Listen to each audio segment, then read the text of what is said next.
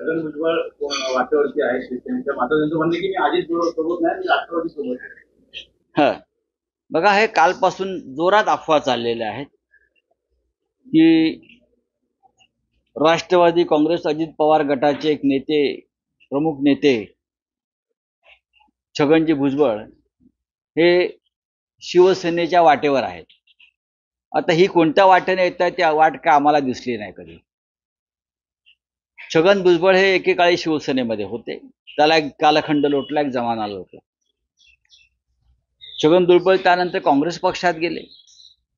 छगन भुजबळ त्यानंतर शरद पवार साहेबांबरोबर राष्ट्रवादी काँग्रेस पक्षात बराच काळ राहिले आणि सध्या ते अजित पवारांच्या नेतृत्वाखालील राष्ट्रवादी काँग्रेस पक्षात आहे.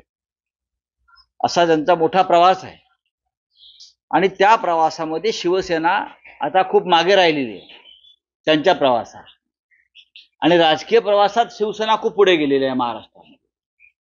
आपण जे म्हणताय त्या बातमीत आणि त्या अफवेत कोणतेही तथ्य नाही.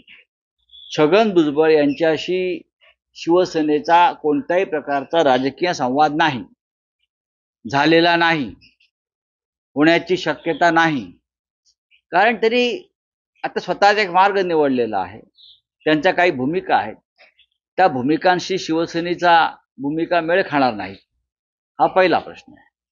आणि छगन भुजबळ येणार, हा जाणार, तो येणार, अशा प्रकारच्या बातम्या उडवून पेरून अफवा पसरवून महाराष्ट्रात गोंधळ उडवायचा राजकीय दृष्ट्या.